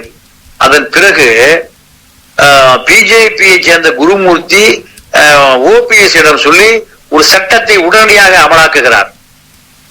அதாவது இந்தியாவுல ஐஏஎஸ் அதிகாரி ஐபிஎஸ் அதிகாரி ஆவதற்கு டெல்லி பரீட்சை வைத்து அவர்களை அனுப்புகிறது.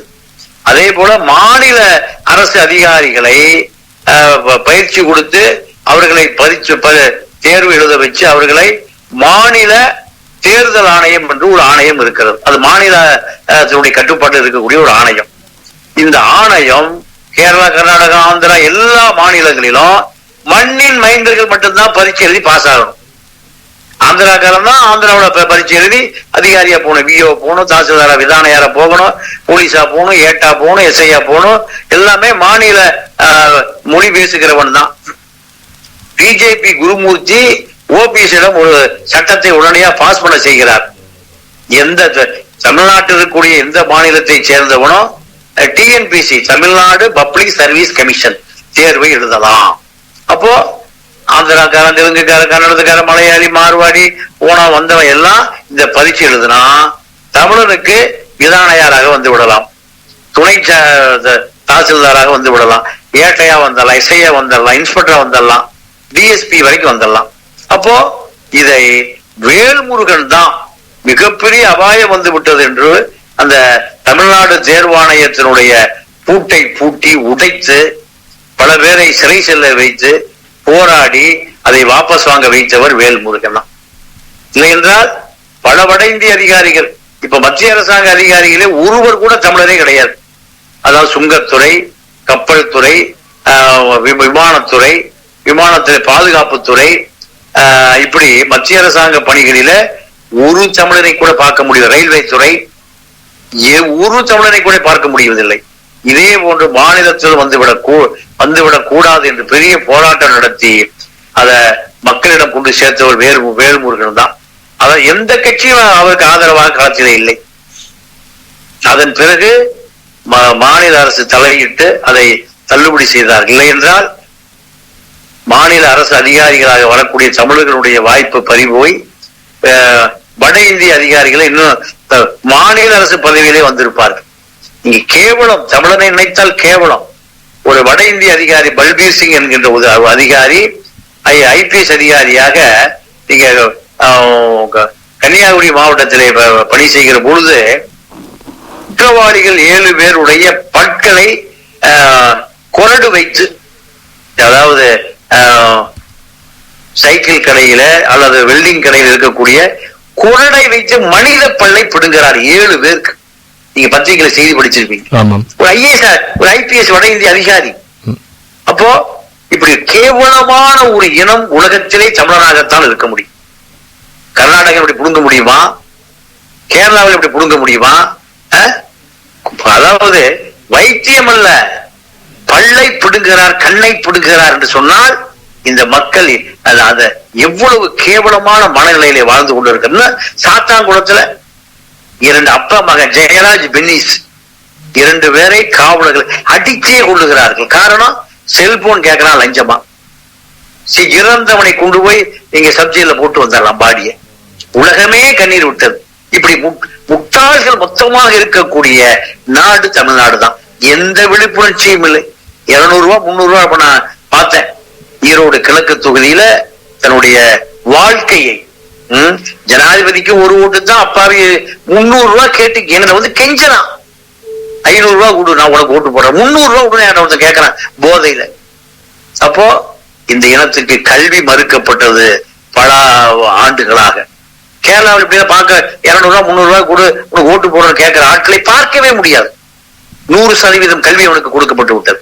இங்கே இந்த திராவிட ஆட்சியில் தமிழ் ஆசிரியர்களே ஒழிக்கப்பட்டு விட்டார்கள். ஒவ்வொரு பள்ளிக்கூடம் நான் படிக்கிற காலத்துல ஒரு தமிழ் ஆசிரியர் இருப்பார், தமிழ் சொல்லிக் கொடுப்பார், இலக்கியங்களை சொல்லுவார், 10 பாட்டு 11 கீழ் கிழக்கு தமிழருடைய மொழி இலக்கியம், வளமை, பண்பாடு அத்தனையும் சொல்லிக் கொடுத்து பொங்கல் வருகிற பொழுது பொங்கல் வாழ்த்தை இந்த உறவினர்களுக்கு நண்பர்களுக்கு அனுப்புகின்ற சொல்லுவார். நான் கடையில போய் பொங்கல் வாழ்த்தை வாங்கி அனுப்புவோம். அதுல கரும்பு, சர்க்கரை பொங்கல், உழவர் திருநாள், மாடுகள், இவர்களுடைய சிறப்புகளை பற்றி கவிதை எழுதப்பட்டிருக்கும். அதெல்லாம் ஒழிக்கப்பட்டது திமுக ஆட்சியில் தான், திராவிட முன்னேற்ற கழக ஆட்சியில். இவர்கள் வாக்கு வங்கியை அடைவதற்காக மட்டும் பிஜேபி பூதத்தை காண்பிப்பார்கள். அதை தவிர இவர்கள் பிஜேபியோடு கள்ள கூட்டாளியாக இருக்கிறார்கள் என்பதுதான் இன்று இருக்கக்கூடிய யதார்த்த நிலை. அதுல இந்தியா கொள்கை வகுப்பாளர்கள் தமிழர்களையும் தமிழ் மொழியும் எந்த காலத்திலையும் அரியணையில் ஏற்றிவிடக் கூடாது. இவர்களை அடிமையாக வைத்திருந்தால் மட்டும்தான் சமஸ்கிருதம் உலகத்தில் உயர்ந்த மொழி என்று ஒப்புக்கொள்ள செய்துவிட வேண்டும் என்ற அரசியல் கணிப்பில் தான் தமிழ்நாடு புறக்கணிக்கப்படுகிறது. இன்னும் சொல்ல போனால் மிகப்பெரிய புறக்கணிப்பு நடக்கிறது. தமிழ்நாட்டிற்குரிய கல்விக்கூடங்கள் அத்தனையும் தனியார் மயமாக்கப்பட்டு விட்டது. அதுல கோடிக்கணக்கான ரூபாய் கொள்ளையடிக்கக்கூடியவர்களை அரசே உருவாக்கி வைத்திருக்கிறது. இலவச கல்வி என்பது பள்ளிக்கூடத்துக்கு போகிற அந்த மாணவனுடைய பையிலே சோத்து தட்டு சாப்பாட்டு தட்டோடு போகிறான். 70% தமிழக நிலைமை இப்படித்தான் இருக்கு. வசதி படைத்தவன் அந்த குழந்தைக்கு கான்வென்ட், இங்கிலீஷ் கான்வென்ட்ல நீங்க ஷூ, சட்டை, கோட்டு, சாப்பாட்டு டிஃபன் கேரியர், ஹாட் பாக்ஸோடு போறான். 3-4 வகையான கல்வி இந்தியாவில் இருக்கிறது, குறிப்பா தமிழ்நாட்டில் இருக்கிறது. கார்பரேஷன் பள்ளி, சோத்து தொட்டோட போற ஒரு பள்ளிக்கூடம், இன்னொரு பள்ளிக்கூடம் மேட்டுக்குடி இங்கிலீஷ் கான்வென்ட், அதை விட இன்னொரு மேட்டுக்குடி சிபிஎஸ்இ சென்ட்ரல் போர்டு. அவன் ஐஏஎஸ் ஐபிஎஸ் ஆகலாம், மெடிக்கலுக்கு போலாம், சிபிஎஸ்இ. இன்னொன்று மெட்ரிகுலேஷன். இப்படி 5 வகையான கல்வி, மக்களை 5 வகையான தரமாக பிரிக்கப்பட்டு விட்டான். மேட்டுக்குடி இங்க கீழே மூட்டை தூக்குற ரிக்ஷா ஓட்டுகிறவனுக்கு சூத்து தட்டோடு அதாவது உடைந்து வளைந்து நெளிந்த, இன்னொரு பக்கம் அதே அரசு கோட் ஷூட் போட்டுட்டு கான்வென்ட்டுக்கு ஷூவோடு பள்ளி பேருந்து பள்ளி வேன்ல அனுப்புறோம். இரண்டும் ஒரே ஊர்ல நடக்குது.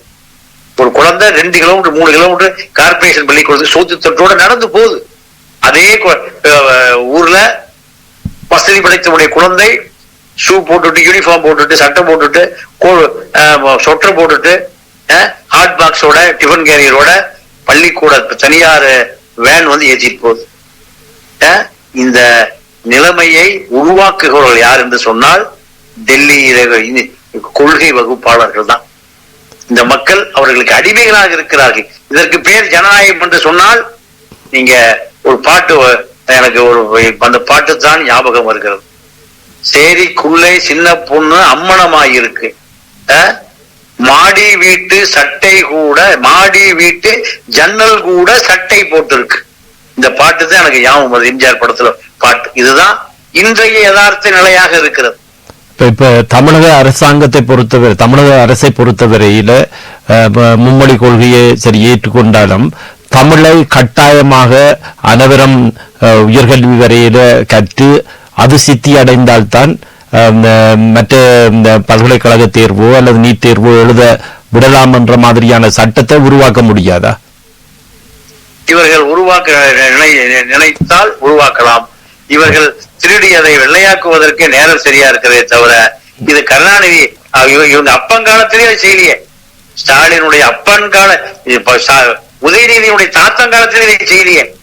இன்று விளையாட்டுத்துறை அமைச்சர், துணை முதலமைச்சர் யாரு? உதயநிதி.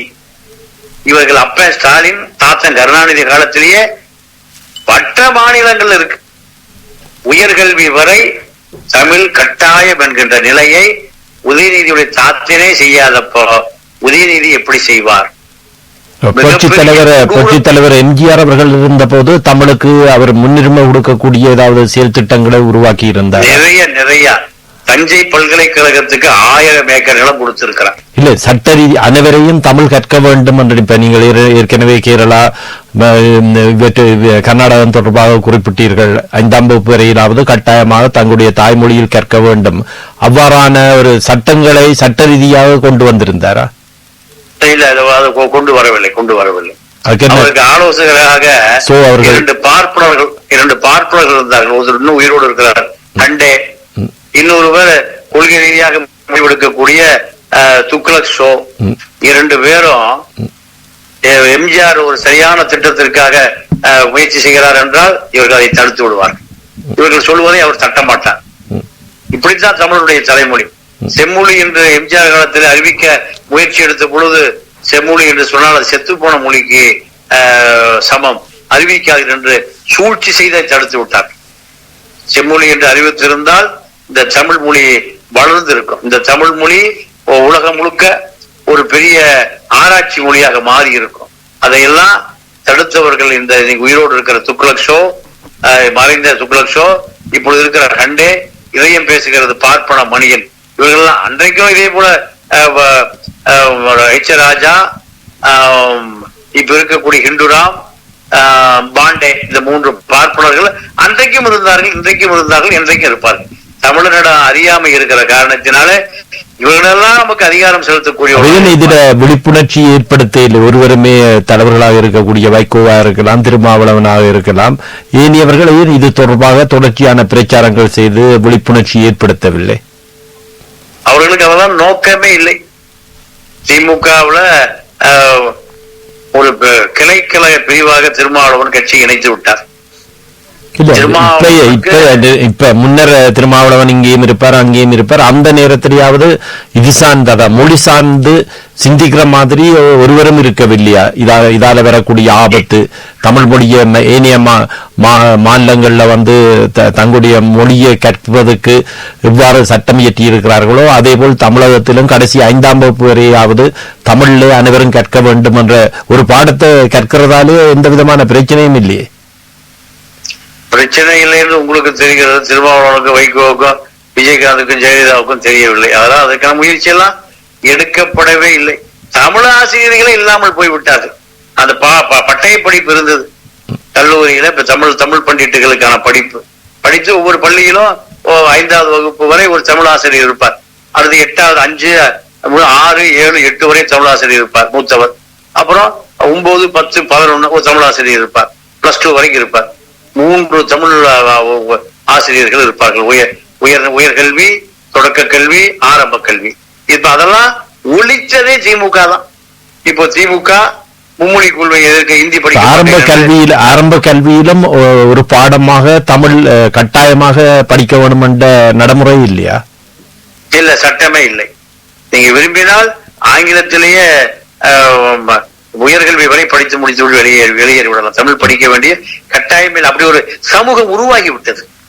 தமிழே தெரியாத ஒரு சமூகம் உருவாகி விட்டது. இங்கே தமிழுக்கு உரிமை இல்லாத சூழல்ல இலங்கையில தமிழ்லயே பல்கலைக்கழகம் வரையில படிக்கக்கூடிய ஒரு சூழல் இருக்கிற போது அங்கே இந்த போராட்டத்தை நடத்தினார்கள்.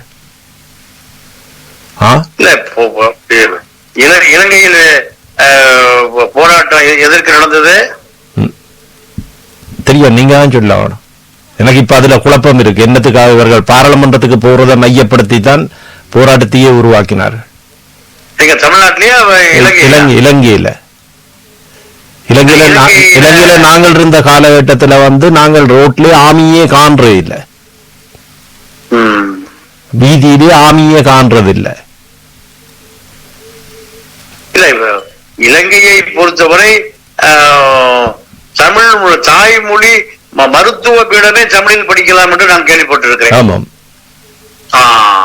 அங்கு அந்த மொழிக்கான உரிமை இன்னும் சிதைக்கப்படவில்லை. நீங்க எங்களுடைய ஈழத்துல சிங்களவர்களை குடியேற்றுகிறார்கள், சிங்களவரை குடியேற்றுகிறார்கள் என்று பெரிய போராட்டங்கள் எல்லாம் நடத்தி கொண்டிருக்கிறோம், பேசிக் கொண்டிருக்கிறோம்.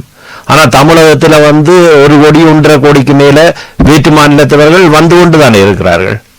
வந்து கொண்டு இருக்காங்க. அதாவது சென்னையில தமிழ்நாடு முழுக்க 1 கோடி வடவர்கள் வந்து விட்டார்கள், கூட வந்திருப்பார்கள். எந்த போராட்டம் ஆர்ப்பாட்டம் எதிர்ப்பு எதுவுமே இல்லை. என்எல்சி அதாவது நெய்வேலி லிக்னட் தொழிற்சாலையில 12,000 தொழிலாளிகள்ல 9,000 தொழிலாளிகள் ஒப்பந்த வட இந்திய தொழிலாளிகள். வேல்முருகன் போராட்டம் நடத்தினார், ராமதாஸ் போராட்டம் நடத்துவதில்லை. இதுக்கெல்லாம் நேரம் இல்லை. ராமதாஸுக்கு 86 வயசாச்சு. 1 லட்சம் கோடி பணம் சேர்ந்து விட்டது. அதை காப்பாற்றுவதற்காக அரசியல் செய்ய வேண்டி இருக்கிறது. இப்ப அந்த 1 கோடி பேரும் 10 வருஷத்துல 4 கோடியா மாறிவிடுவார்கள் தானே? கண்டிப்பா நடக்கும். எப்படி தமிழ்நாட்டிலே தமிழரை சிறுபான்மையாக்க வேண்டும் என்பதுதான் வட இந்தியா அரசியலுடைய திட்டம். பிஜேபி ஆட்சிக்கு வர வேண்டும் என்பதை இப்போ மக்கள் தொகை அடர்த்திக்கு தகுந்ததை போல நாடாளுமன்ற தொகுதி வரையறை செய்ய போகிறோம் என்று தமிழ்நாட்டுக்கு 39 தொகுதியை 31 தொகுதியாக போனான். 8 தொகுதியை ஒழிக்க போனான். அப்ப எப்படி நீங்க சொல்றீங்க? இப்படி திட்டம் போட்டு தமிழர்களையே அளிக்கிற ஒரு அரசாங்கத்திட்ட போய் உதவி ஈழத்தமிழர்கள் போய் உதவி கேட்க வேண்டும் என்று எப்படி சொல்ல முடியும்? வாய்ப்பே இல்லை. அதாவது 82 அகதிகளாக வந்தவர்களை 2025 அகதியாக தான் நாய்க்குட்டடியில் வச்சிருக்கான். அவர்களுக்கு எந்த உரிமையும் இன்று வரை அங்கே பிறந்து வளர்ந்து எல்லாம் இருக்கான். அவனை வெளியே அந்த முகாமை விட்டு வெளியேறவே முடியவில்லை. போலீஸை போட்டு பாதுகாத்து வச்சிருக்கான். இதற்காக எந்த தலைவர்களும் உயர் நீதிமன்றமோ உச்ச நீதிமன்றமோ எங்கும் போய் எங்கேயும் போராடியதாக எந்த பதிவும் இல்லை. இவர்கள் ஈழத்தமிழருக்காக சீமான் உட்பட வைக்கோ திருமா எல்லாம் ஈழத்தமிழம் தான். ஆனால் நாய்க்கொட்டடிகளிலே ஒரு 2-3 தலைமுறை 80-85 வந்தவருக்கு ஒரு 25 வயசு இருந்தால் அவருக்கு ஒரு குழந்தை பிறந்து அந்த குழந்தை 85 இப்ப அது 40 வயசு ஆயிருக்கும். அது ஒரு 25 வயசுல குழந்தை பிறந்தால் அது ஒரு 3 தலைமுறை. 3 தலைமுறையும் முகாமுக்குள்ளேதான் அடங்கி கிடக்கிறான்.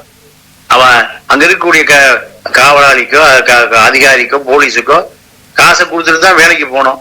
6 மணிக்கு வந்து உள்ள படுத்துடணும். சிறை என்று பெயர் மாட்டப்படாமல் இருக்கிற ஒரு முகாம். இதெல்லாம் போராட வேண்டியது எவ்வளவு காலம் போராட்டம். போராடுவதற்கு நீங்கள் சொன்னதை வைத்து பார்க்கிற போது இந்த பெரிய வேடிக்கையா இருக்கிறது. அதாவது தமிழகத்திலேயே தமிழுக்கான உரிமை இது படிப்படியாக பறிக்கப்படுகிற ஒரு சூழல் இருக்கிறது. அதே நேரம் மிகப்பெரிய ஒரு குடியேற்றம் வந்து மேற்கொள்ளப்பட்டு கொண்டிருக்கிறது. தமிழகத்தை சிறுபான்மையினராக மாற்றி எதிர்காலத்தில் பாராளுமன்றத்துக்கு செல்லவோ அல்லது இனி வரக்கூடிய தமிழக சட்டசபையே வேற்றுமொழியினத்தவர்களாலே நிரப்பப்படுகிற ஒரு சூழல் உருவாகி கொண்டிருக்கிறது. அப்படியே திட்டமிட்டு செய்கிற மத்திய அரசிடம் இலங்கை தமிழர்களுடைய பிரச்சனைக்கு அவர்கள் தீர்வு தருவார்கள், அவர்களோடுதான் நாங்கள் பேச வேண்டும், அவர்களுக்கு எதிராக அவர்களுடைய ஆதரவு இல்லாமல் தமிழர்களுடைய உரிமை பறிபோயிடும் ஈழத்திலே என்று சொல்லுகின்ற நியாயம் சரியா? தவறு, மிகப்பெரிய தவறு. காரணம், இவர்கள் எந்த காலத்திலையும் ஈழத்தமிழனுக்கு நாடு கிடைக்க வேண்டும் என்று ஒரு நுனி பிள்ளை கூட கிள்ளி போட மாட்டார். ஆனால் ஈழத்தமிழர் பிரச்சனை நீங்க 80களில இலங்கையை தன்னுடைய கட்டுப்பாட்டுக்குள் கொண்டு வருவதற்கு இந்திரா காந்திக்கு இந்த ஆயுத புரட்சி தேவைப்பட்டது.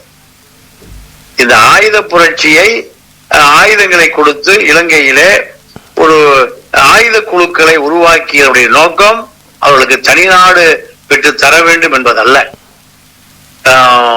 இலங்கை அரசு அமெரிக்காவோடு துணை நிற்கிறது. ஒருவேளை சிறுகோணமலையை அமெரிக்காவுக்கு தாரை வார்த்து விடும், இப்படியாக கருதிய கொள்கை வகுப்பாளர்கள் இந்த போராளிகளுக்கு ஆயுதங்களை கொடுத்து உள்நாட்டிலே ஒரு யுத்தத்தை ஆரம்பிப்பதற்காக பயிற்சியை கொடுத்தார்கள்.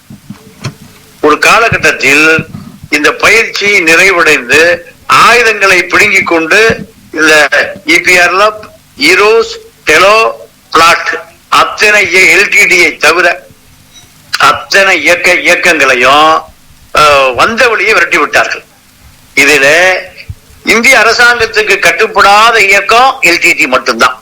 அதனால்தான் அவர்கள் எல்டிடி தனியாக வைத்திருந்தார்கள், மற்ற 4 இயக்கங்களையும் தனியாக வைத்திருந்தார்கள். இது இந்திரா காந்தி மரணத்திற்கு பிறகு தலைகீழாக மாறி போனது. அது முதல் கட்ட போராட்டம் முடிவுக்கு வந்தது. முடிவுக்கு வந்த பிறகு 84க்கு பிறகு ராஜீவ் காந்தி வருகிறார். ராஜீவ் காந்தி வருகிற பொழுது இது சர்வதேச பார்வையை பெற்றுவிட்டது. சர்வதேச பார்வையை பெறாமல் இருந்திருந்தால் இது இந்தியாவிலே முடக்கப்பட்டிருக்கும். இந்தியாவில் எப்படி முடக்கப்பட்டிருக்கும் என்று சொன்னால், இலங்கையில் இருக்கக்கூடிய போராளிகளுக்கு பயிற்சி கொடுப்பதை போல பங்களாதேஷ் இருக்கக்கூடிய போராளிகள் எல்டிடி என்பதை போல அவர்கள் முக்தி வாகினி என்ற பெயர் வைத்திருந்தார்கள். அது ஒரு புரட்சிகர இளைஞர்களை கொண்ட ஒரு கம்யூனிச குழு. அதை பயிற்சி கொடுப்பதாக அழைத்து வந்து யூபி மண்ணில பல ஆயிரக்கணக்கானவரை சுட்டு உரமாக்கி விட்டார்கள். இத பிளாட்டில் இருந்த சந்ததியார் இது ஒரு புத்தகமாக பதிவு செய்திருக்கிறார். நீங்கள் தேடி அதை படிக்கலாம். அந்த புத்தகத்துக்கு பேர் வங்கம் தந்த பாடம் என்று. அதனால் தான் சந்ததியார் சுட்டுக் கொல்லப்பட்டார் இந்திய உளவு அமைப்புகளால். அதன் பிறகு இந்திய உளவுத்துறை வங்காளதேச போராட்டத்திலே இந்திய ராணுவத்தினரை முக்திவாணி என்கின்ற பெயரிலே வங்காளதேசத்துக்கு அனுப்பியது. வங்காளதேசத்துக்கு அனுப்பி அங்கு இருக்கக்கூடிய மகளிர் கல்லூரி பெண்கள் எல்லாம் கொள்ளையடிக்கப்பட்டது, திருடப்பட்டது, கற்பழிக்கப்பட்டது. கல்லூரியிலிருந்து பல பெண்கள் குதித்து தற்கொலை செய்து கொண்டார். நம்மை காக்க வந்த முக்தி வாகினி படை இப்படி செய்கிறது என்று அந்த மக்கள் மத்தியில் ஒரு பெரிய குழப்பத்தை ஏற்படுத்தப்பட்டது. அதுதான் வங்காளதேசம் கம்யூனிஸ்ட் அரசுக்கு ஆட்சியை அமைய விடாமல் தடுத்தது இந்திய அரசு தான். அதன் பிறகுதான் அந்த கைப்பற்றி இந்தியாவுக்கு தோதான ஒரு பொம்மை அரசை நிறுவியது. அது அதே போன்ற நிலைதான் ஈழத்திலும் நடந்தது. ஆனால் ஈழ போராளிகள் அங்கிருந்து தப்புவதற்கும், இரண்டாவது இதை சர்வதேச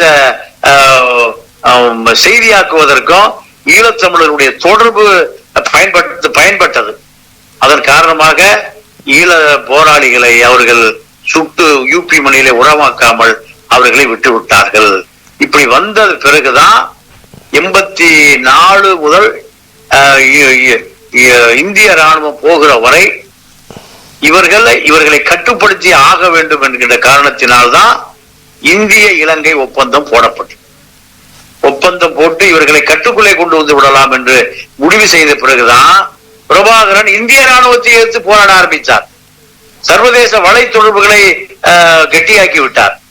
ஆயுத கொள்வனவுகளை தொடர்புகளை கெட்டியாக்கி விட்டார். அதன் காரணமாகத்தான் இந்தியா இவர்களை எப்படியாவது நசுக்கிவிட வேண்டும் என்று 90 இந்திய ராணுவம் உள்ளே போய் முடிந்து ஆட்சி மாற்றம் காங்கிரஸ் முடிந்து விபி சிங் இந்த பார்ப்பன அதிகாரிகளுடைய கட்டுப்பாடு இல்லாத காரணத்தினால்தான் இந்திய ராணுவம் வெளியேறியது.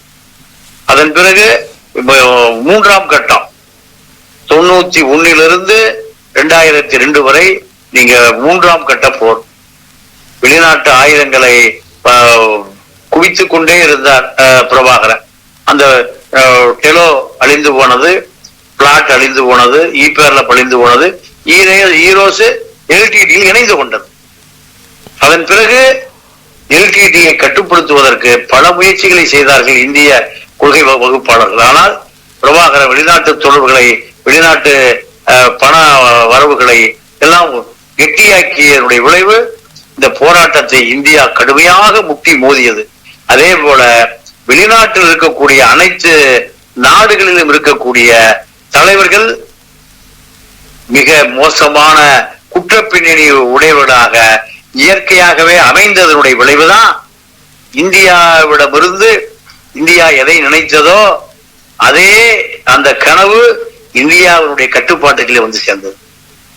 எந்த நாடும் அவர்களை ஆதரித்து விடாதவாறு, அங்கீகரித்து விடாதவாறு சர்வதேச போதை கும்பல் தலைவர்கள் எல்லாம் சர்வதேச நாடுகளிலே அரசியல் தலைவர்களான பிறகு அந்த நாடுகள் எல்லாம் அவர்களை அங்கீகரிக்கவில்லை. அதுதான் இந்த ஈழ போராட்டத்துல வெளிநாட்டு தொடர்பு, வெளிநாட்டு அறிவு ஜீவிகள், வெளிநாட்டு சக்திகள் அத்தனையும் முடக்கப்பட்ட காரணத்தினால்தான் ஈழ போராட்டம் மிக மிக பெரிய பின்னடைவுக்கு போய் சேர்ந்தது. இதுதான் ஈழ போராட்டத்தினுடைய ஆரம்ப கட்டம். அது முதல் கட்டம், 2ஆம் கட்டம், 3ஆம் கட்டம், 4ஆம் கட்டம், சமாதான காலம் 4ஆம் கட்டம், 2005, 2009 6ஆம் கட்டம் இறுதி படிக்கும். இதையெல்லாம் புலிகளுடைய இயக்கம் வளர்ந்த விதம், அழிந்த விதத்தில் பல ஆய்வுகளை செய்ய வேண்டி இருக்கிறது. அந்த ஆய்வு அத்தனையுமே இந்திரா காந்தி இருந்த காலம் முதல் கட்டம், ராஜீவ் காந்தி இருந்த காலம் 2ஆம் கட்டம், விபி சிங் காலம் 3ஆம் கட்டம், விபி சிங் முடிந்து மன்மோகன் சிங் முதல் வாஜ்பாய் வரை 4ஆம் கட்டம், 5ஆம் கட்டம், 6ஆம் கட்டத்தில் இறுதி முடிந்து விட்டது. இப்படித்தான் ஈழ போராட்டமும் இந்திய கொள்கை வகுப்பாளர்களும் சேர்ந்து நடத்திய நாடகம். ஈழ போராட்டம் முற்று முழுதாக அந்த மண்ணிலிருந்து துடைத்து எறியப்பட்டு விட்டது. தமிழர்களுக்கான அரசியல் தலைவர்களும் இல்லை, ஆயுத தலைவர்களும் இல்லாமல் போனதனுடைய விளைவுதான் இது. 1000 ஆண்டு கால வரலாறுகளை இப்படித்தான் தமிழர்கள் வரலாறு துடைத்து எரியப்பட்டது. இப்ப அந்த வட இந்தியாவிலிருந்து வந்திருக்கின்ற 1 கோடிக்கும் மேற்பட்டவர்கள், அவர்களுடைய பிள்ளைகள் எங்கே படிக்கிறார்கள்? அவர்கள் பிள்ளைகள் தமிழ்நாட்டில் தான் படிக்கிறார்கள். இந்தி படிக்கிறார்கள். தேயிலை தோட்ட தொழிலாளராக மலைய தமிழர்கள் இருந்த அங்க லட்சக்கணக்கான பேர் இருந்தவர்கள் அவர்கள் வெளியேறி விட்டார்கள். 50,000 இந்தி பேசுகிற தொழிலாளர்கள் இந்தி பள்ளிக்கூடத்தை நீலகிரி ஊட்டியிலே வைத்து அவர்கள் தான் டி எஸ்டேட் தொழிலாளிகளாக இருக்கிறார்கள். அந்த பள்ளிக்கூடங்கள் எல்லாம் இந்தி கற்பிக்கிற பள்ளிக்கூடங்களாக மாறிவிட்டது. குற்றவாளிகளை தூத்துக்குடியில நீண்ட நாள் போராட்டத்தை அவர்கள் நடத்தி கடைசியாக சூடு வாங்கியவர்களுக்கு என்ன நடந்தது? இதுவரை ஒன்றும் நடக்கவில்லை. அந்த அதிகாரிகள் மீது எந்த நடவடிக்கையும் இன்று வரை எடுக்கப்படவில்லை. அது பெரிய வேடிக்கை என்னவென்றால், தூத்துக்குடி நிர்வாகத்தை பிஜேபி ஆதரவோடு லண்டனில் இருக்கக்கூடிய அனில் அகர்வால் தூத்துக்குடியை தன்னுடைய கட்டுப்பாட்டுகள் கொண்டு வந்து விட்டார். எடப்பாடி எனக்கு தெரியாது என்று சொல்லிவிட்டார். லண்டனில் இருக்கக்கூடிய அனில் அகர்வால் கட்டுப்பாட்டில தூத்துக்குடி மாவட்ட நிர்வாகம் ஒப்படைக்கப்படுகிறது என்று சொன்னால் இது என்ன இந்திய ஜனநாயகமா? எந்த போராட்டத்தில் முன்னணி தலைவர்களாக இருந்து போராடுகிறார்களோ அவர்கள் அருகிலிருந்தே சுட்டுக் கொள்ளுகிறான் காவல்துறை. தற்செயலாக நடந்தது, திட்டமிட்டு இவர்கள் உயிர் பிழைத்து விடக்கூடாது என்பதற்காக தூத்துக்குடி தலைமை மருத்துவமனையில் இருந்த ஆம்புலன்ஸ்கள் எல்லாம் 20 கிலோமீட்டருக்கு அப்பால் கொண்டு நிறுத்தப்பட்டது. மாவட்ட ஆட்சியாளருக்கு அனைத்து தகவலும் தெரிந்த பிறகு மாவட்ட ஆட்சியாளர் 60 கிலோமீட்டர் சென்று மக்களை சந்திக்கிறேன் என்று அவர் தப்பி ஓடிவிட்டார். இந்த கூத்தெல்லாம் எங்க போய், இதெல்லாம் நாடாளுமன்றத்திலே பெரிய செய்தியாக்கப்பட்டிருக்க வேண்டும். ஆனால் ஸ்டெர்லைட் நிர்வாகத்திலே பணம் பெற்றுக்கொண்டு வெற்றி பெறுகிற இந்த நாடாளுமன்ற உறுப்பினர்கள் எப்படி இதை பற்றி பேசுவார்கள்? இலங்கையை விட கொடூரமான மாநிலமாக தமிழகம் நடந்து கொண்டிருக்கிறது. தமிழர்களுக்கு உங்களுக்கு வேடிக்கையா இல்லையா? இங்கே நீதி மறுக்கப்படுகின்ற அரசியல் தலைவர்கள் இருப்பவர்களிடம் ஈழத் தமிழர்களுக்கான உரிமைக்காக குரல் கொடுங்கள் என்று கேட்பது, லஞ்சத்துக்கு அடிபணியக்கூடிய இந்த தலைவர்களிடம் போய் ஈழப் போராட்டத்தை அடகு வைப்பது என்ன எதிர்காலத்தில் என்ன மாதிரியான விளைவை ஏற்படுத்தும்? இல்ல, ஈழ போராட்டம்லாம் முடிந்து போய் 15 வருஷம் ஆகி போச்சு. இனி ஈழ போராட்டமா இங்க எந்த பாதிப்பையும் உரிமை போராட்டத்துக்காக இந்த தலைவர்களை எல்லாம் நம்பலாமா? நம்பி இவர்கள் தான் ஏமாளிகள். அதாவது கனடாவிலிருந்து ஈசன் சொல்லுகிறார், கேபி மூலம் தமிழ்நாட்டுக்கு அனைத்து கட்சிகளுக்கும் மாதம் லட்சக்கணக்கான ரூபாய் லஞ்சம் கொடுத்து கொண்டிருந்தார் பிரபாகரனும் கேபி மூலம் என்று ஈசன் பதிவு செய்கிறார். இவர்களுடைய உணர்வு லஞ்சத்தை வாங்கி கொண்டு நெடுவாரனுக்கு பல லட்சம் ரூபாய் பணம் கொடுத்திருக்கிறார்கள். ரசீதோடு எனக்கு அனுப்பி வைத்தார். இவர்கள் தான் ஈழத் தமிழருடைய தலைவர்கள். ஏன் அந்த இவர் என்ன பேர், கலைஞருடைய கட்சியில பேராசிரியர் இங்க முன்பு வெளிநாட்டுக்கெல்லாம் வந்து போவார், பேராசிரியர் சிவவீரபாண்டியன் கூட தொடர்ச்சியாக விடுதலை புலிகள் பணத்தில தான் ஊரெல்லாம் சுற்றி கொண்டிருந்தார். இல்ல, அது பெரிய வேதனை. திருமாவளவன் 195 நாடுகளுக்கு ஏறக்குறைய, அப்போ 195 நாடுகளுக்கும் ஈழத்தமிழன் வாழ் பிரபாகரன் அனுப்பி வைத்த சுற்றுப்பயணம் தான். ஒரு நாட்டுக்கு 5 முறை போயிருக்கார். இப்ப லண்டன்ல 5 தடவை வந்திருப்பார்.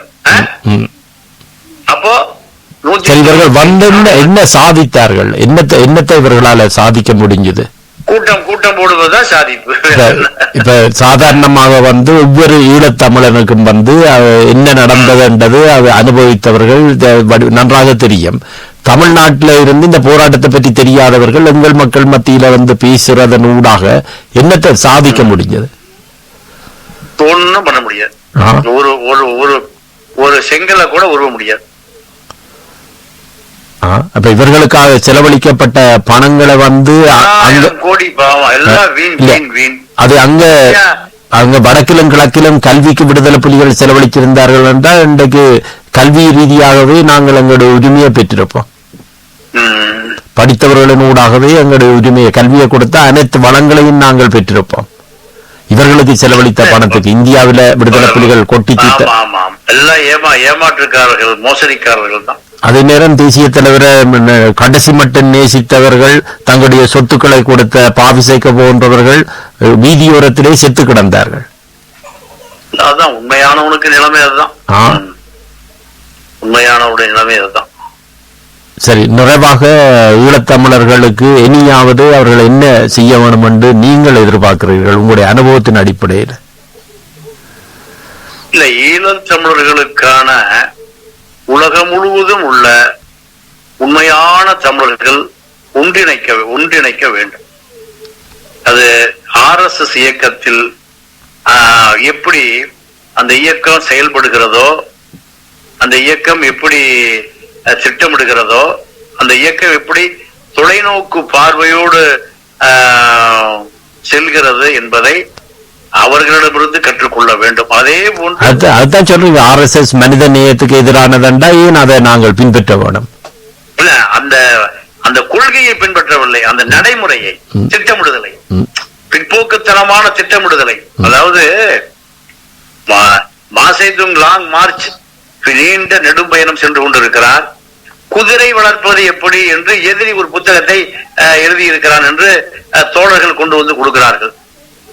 அப்ப அதை படித்து பார்த்துட்டு, இதை விட ஒரு சிறந்த புத்தகம் இனிமேல் எவனும் எழுத முடியாது, குதிரை குட்டியிலிருந்து அதை பயணம் செய்கிற வரை எப்படி வளர்க்க வேண்டும் என்று எதிரி எழுதியிருக்கிறான். எதிரி எழுதியிருக்கிறான். அதே போல நாம், அது பிற்போக்குத்தனமான அமைப்பு, இந்து மதத்துல சாதிகளை உருவாக்குற அமைப்பு. ஆனால் அமைப்பு ரீதியாக அவனை எப்படி பிற்போக்குத்தனமாக திட்டமிடுகிறான் என்பதை நாம் முற்போக்குத்தனமாக மாற்றிக்கொள்ள வேண்டும். ஜெர்மன் ராணுவம் உலகத்திலே சிறந்த ராணுவம் என்று சொல்வார்கள்.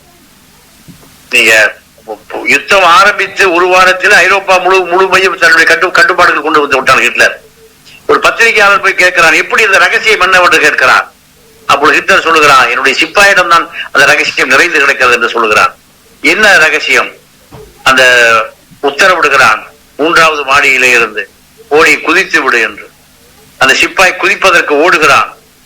அதற்கு பின்னால பத்திரிகையாளர் ஓடுகிறான். ஓடி போய் சொல்லுகிறான், தயவு செய்து குதித்து விடாதே, நீ இறந்து போய் விடுவாய் என்று சொல்லுகிறான். அப்பொழுது அந்த சிப்பாய் சொல்லுகிறான், நான் குதிக்காவிட்டாலும் இறந்து போய் விடுவேன் என்று சொல்லுகிறான். ஒபே தி ஆர்டர், கட்டுப்படு. இந்த ரத்தம் ஜெர்மனை ஆள பிறந்த ரத்தம். இதுதான் ஹிட்லருடைய கோஷம். அதே போல தமிழனை மீட்டெடுப்பதற்கு ஒரு நேர்மையான சிந்தனையாளர்கள் கொண்ட ஒரு குழு உருவாக்கப்பட வேண்டும். கட்டுப்பாடுனா RSS தான் கட்டுப்பாடு. பிற்போக்குத்தனத்துக்கு உயிரே விட்டுருவான். நீங்க சவார்கர் லண்டன்ல இருந்து தப்பி, நீங்க இப்ப கடைசியாக பல நாடுகள் வழியாக தப்பி இந்தியாவுக்கு செல்லுகிறான் சவார்கர். அந்தமான் சிறைகளை அடைபட்டு கிடக்கிறான். இதெல்லாம் பிற்போக்குத்தனத்துக்கான தியாகம். அதே போல நாம் இந்த இனத்தை காப்பாற்றுவதற்கு நேதாஜி படையை போல ஒரு மிகப்பெரிய ஒரு அமைப்பை கண்டுபிடித்து அதை உருவாக்கி அதன் மூலம் இந்த இனத்தை ஒன்றுபடுத்த வேண்டும் என்பதுதான் என்னுடைய விருப்பம். சரி, உங்களுடைய விருப்பம் நிறைவேற பொறுத்திருப்போம். நன்றி. நன்றி, வணக்கம்.